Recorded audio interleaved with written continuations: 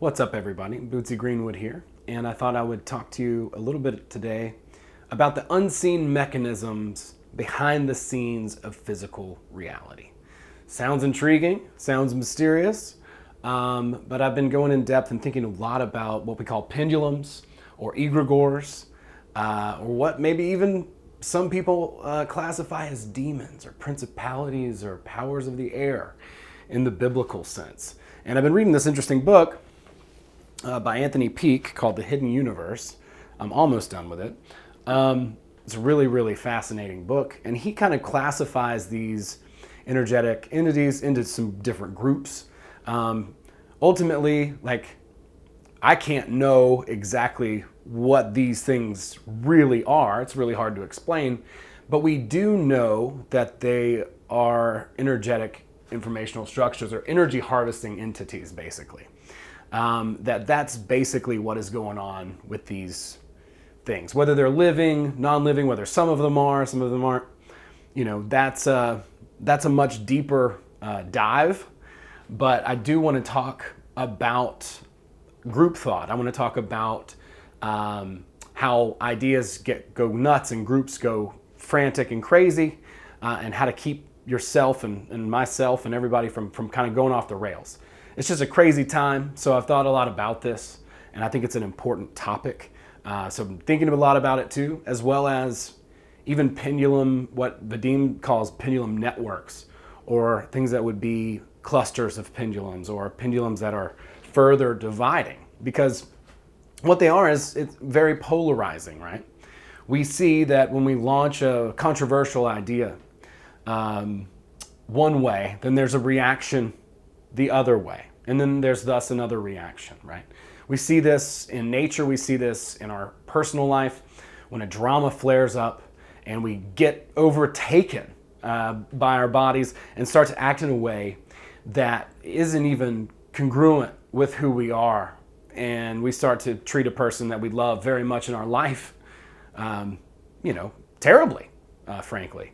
And it's not something that I've completely conquered or anything, but becoming aware of it certainly makes a huge difference. Now we also see that on the macro level, and I want to talk about a way that we can really guard against that, right?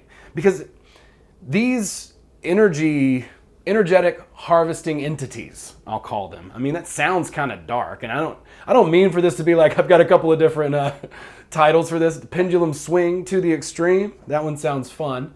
And egregores gotta eat, which is not as clever as I thought.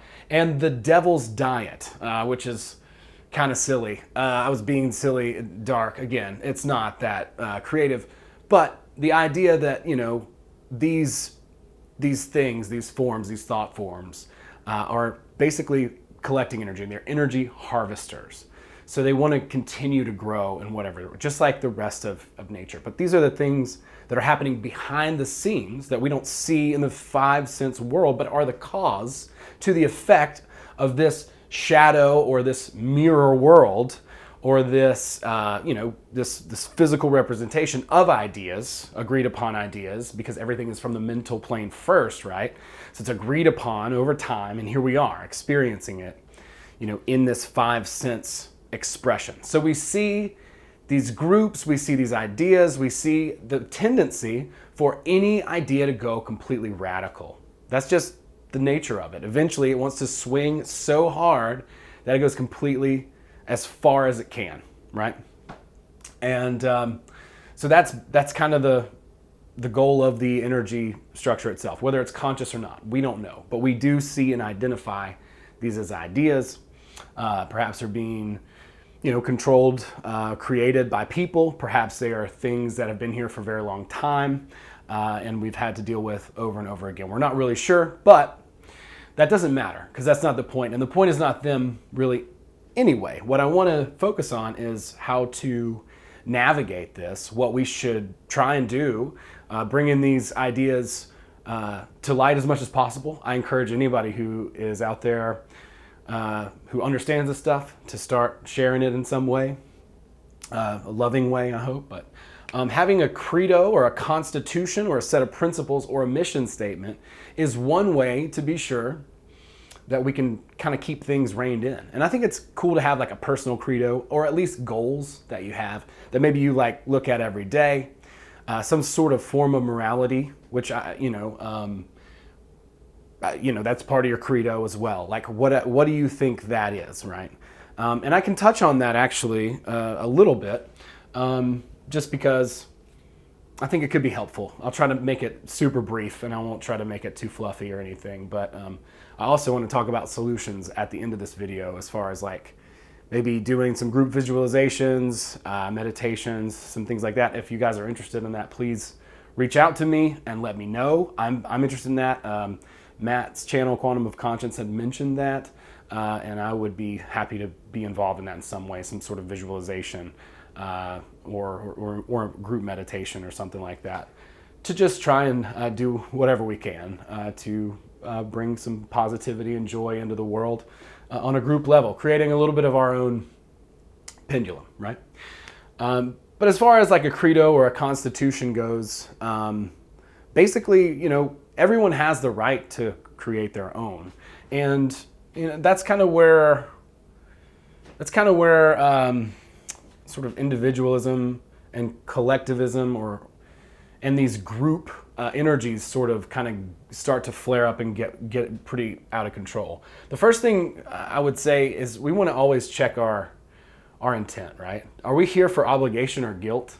Because that's inherently a pendulum that's going to harvest your energy. It's just going to take from you. Now, it's certainly possible to be part of a group, of course, and do a lot. I'm not saying don't do anything, but be sure that you're doing it out of love, and be sure that you never have to violate your credo. And I will say this, I think this is a Mark Twain quote. I think he said, it's easier to stay out than it is to get out. So just going to throw that in there. But credo and constitution, right? If we're part of a group, then if we, let's say that we have a set of principles that we basically all agree upon, well, then that pendulum should have some sort of limit on it. Otherwise, it's just going to be seeking the most radical. And any one of these can absolutely destroy your life. Take the example of tennis. You can become obsessed with tennis, start buying tennis shoes, get your racket strung all the time, tuned up, spend a bunch of money, quit your job and play tennis all the time. And you're just obsessed, and all you watch is John McEnroe videos, right? And you're just like going to town, and you lose your house and everything else crumbles just because you had a fascination with a sport, just a game, a useless basically game, and that can spin you completely out of control of who you are. So if a group matches your credo, then identify with those parts. But I would say just watch your back, right? Like the idea that we're so susceptible to this energy, and we all are, and that's why I think maybe doing some visualizations or kind of creating our own energy kind of pushes or what have you might be really helpful, because it's important to stay grounded, right? So this keeps you grounded. And so for me, like morality wise, I try to go with a more individualist thought, where I believe that you own yourself, right? And so that's really important here, because really all these things that are swinging around, these ideas that are trying to hook you, if you're not in tune with yourself and your credo, then it's going to be really easy to get swept up in that, right? And then you find yourself in more of a collectivist sort of situation, some sort of a group, where the main rule would be, their credo would be right for the greater good, right? The idea of individualism is more about protecting the individual, right? Ultimately, because the individual is going to be the most, vulnerable of the minorities, right? Like this one person has less rights than a small group has, right? Because that's how that works. So the collectivist ideals are going to bend toward what's best for the group. So there's not necessarily a solid credo there. Now, if there is a solid credo there, then that's another story. That's a great way to guard against it. You might say, look, I'm going to allow myself to watch this, or do this much tennis, watch this much tennis, go to the tennis, only do racket restrings every so often. I know nothing about tennis, is that clear? Whatever. You set some sort of a boundary for yourself, or a credo, or a constitution, and that's up to you. And I would encourage everybody to sort of sit down and think about that. Like, morally, I'm a big fan of like I said, like the idea of self-ownership, and everything sort of stems from that. It's like, I allow as much freedom of movement and space to everyone else as I possibly can. Now, the only other part of that is that there's people who don't want that, and they want to control other people and do sort of things like that, and they'll find insidious ways to do it. So it's important to sort of protect, our sphere, our bubble, and have strong boundaries, right? Because that's what's going to keep us ultimately from jumping into the wrong pendulum or getting hooked. Being a part of a group and then doing something that we didn't even recognize ourselves for. It's happened to me, when I was in college, I joined a fraternity of all things because I didn't know anybody. And then they were awful to us. They hazed us, and I hated them for it, right? And then the next semester, when I became a brother or whatever, I was hazing people, and I was like, I didn't even recognize myself. Like, the kids beat me up at the end of the semester. I mean, so it was such a long time ago, and so embarrassing to tell.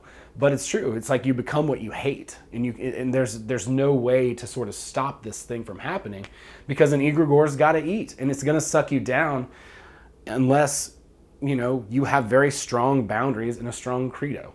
So I do highly recommend checking into that. Maybe writing those things down along with some goals. Like, this is my credo. This is what I believe, and this is what I aim to attain in life. Something like that. And that way, you're sticking to things. If you can jump on a pendulum and it helps you to get somewhere, then that's cool.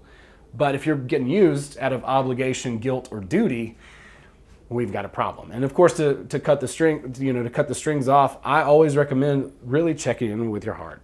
It's so simple, and I know I sound like a broken record, but I think that's the most important thing. So I really wanted to talk about this because it's fascinating, and I hope you guys got something out of it. Ask me some questions. I'm working on some things. I've been very busy. I don't know if I've been productive, but I've been busy working on some things, getting closer and closer to some things developing, and I'm really excited to talk about.